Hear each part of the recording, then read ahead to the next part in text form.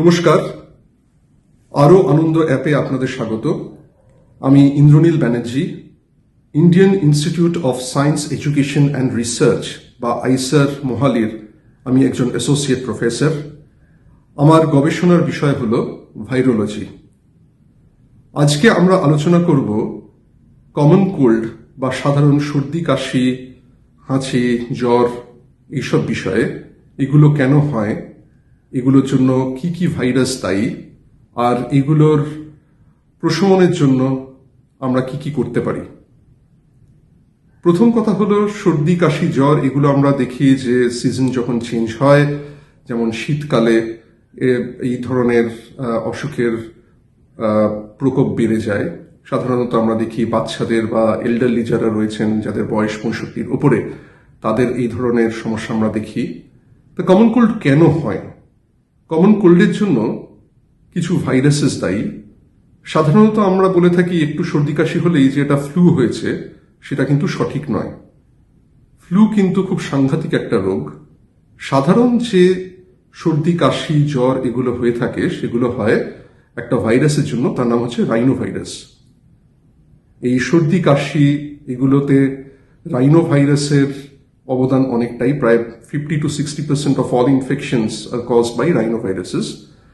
এছাড়াও আরো অনেকগুলো ভাইরাস রয়েছে যেগুলোর কারণে এরকম সর্দি কাশি হতে পারে, যেমন হচ্ছে adeno virus, respiratory syncytial virus or RSV, corona viruses.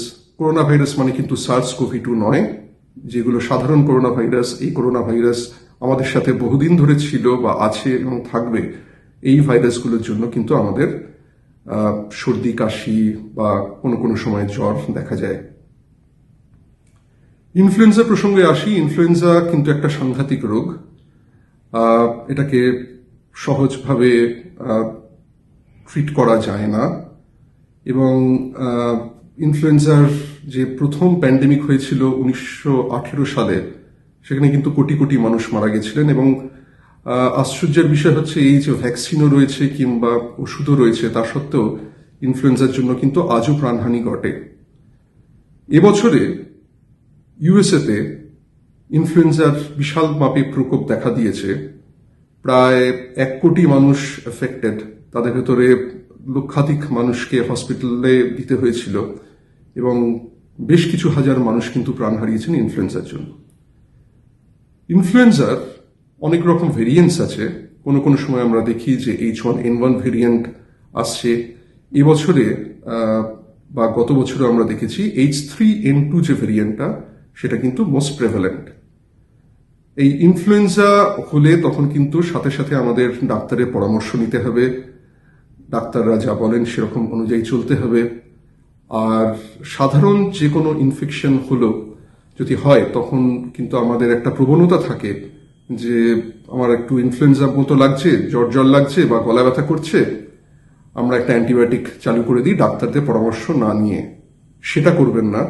যখনই মনে হচ্ছে যে ডাক্তারের পরামর্শ নেওয়া প্রয়োজন, তখন ডাক্তারের পরামর্শ নিন, এবং ডাক্তার যদি মনে করেন তখনই অ্যান্টিবায়োটিক খান।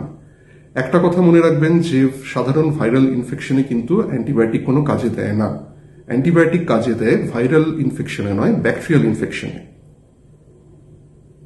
ইনফ্লুয়েঞ্জা ভ্যাকসিনের ব্যাপারে আসি। যে ইনফ্লুয়েঞ্জা ভ্যাকসিন আমার মনে হয় পিরিয়ডিক্যালি নেওয়া উচিত, মানে সিজনাল ভ্যাকসিন যেটা হয় প্রতি বছর একবার করে নেওয়া উচিত।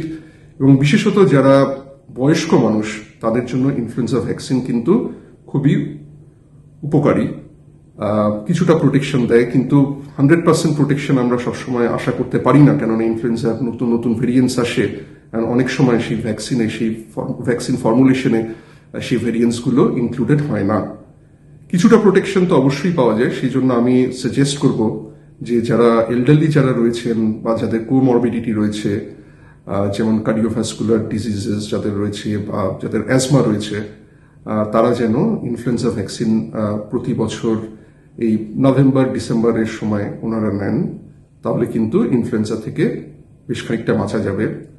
আর এছাড়া কমন কোল্ডের জন্য যে যে সাধারণ প্রিকশনসগুলো আমাদের নেওয়া দরকার, সেই প্রিকশনসগুলো অবশ্যই নেওয়া উচিত। আর যদি মনে করেন যে জ্বর বাড়ছে বা ইনফ্লুয়েঞ্জার মতো সিমটম দেখা দিচ্ছে, তাহলে অবশ্যই ডাক্তারের পরামর্শ নিন।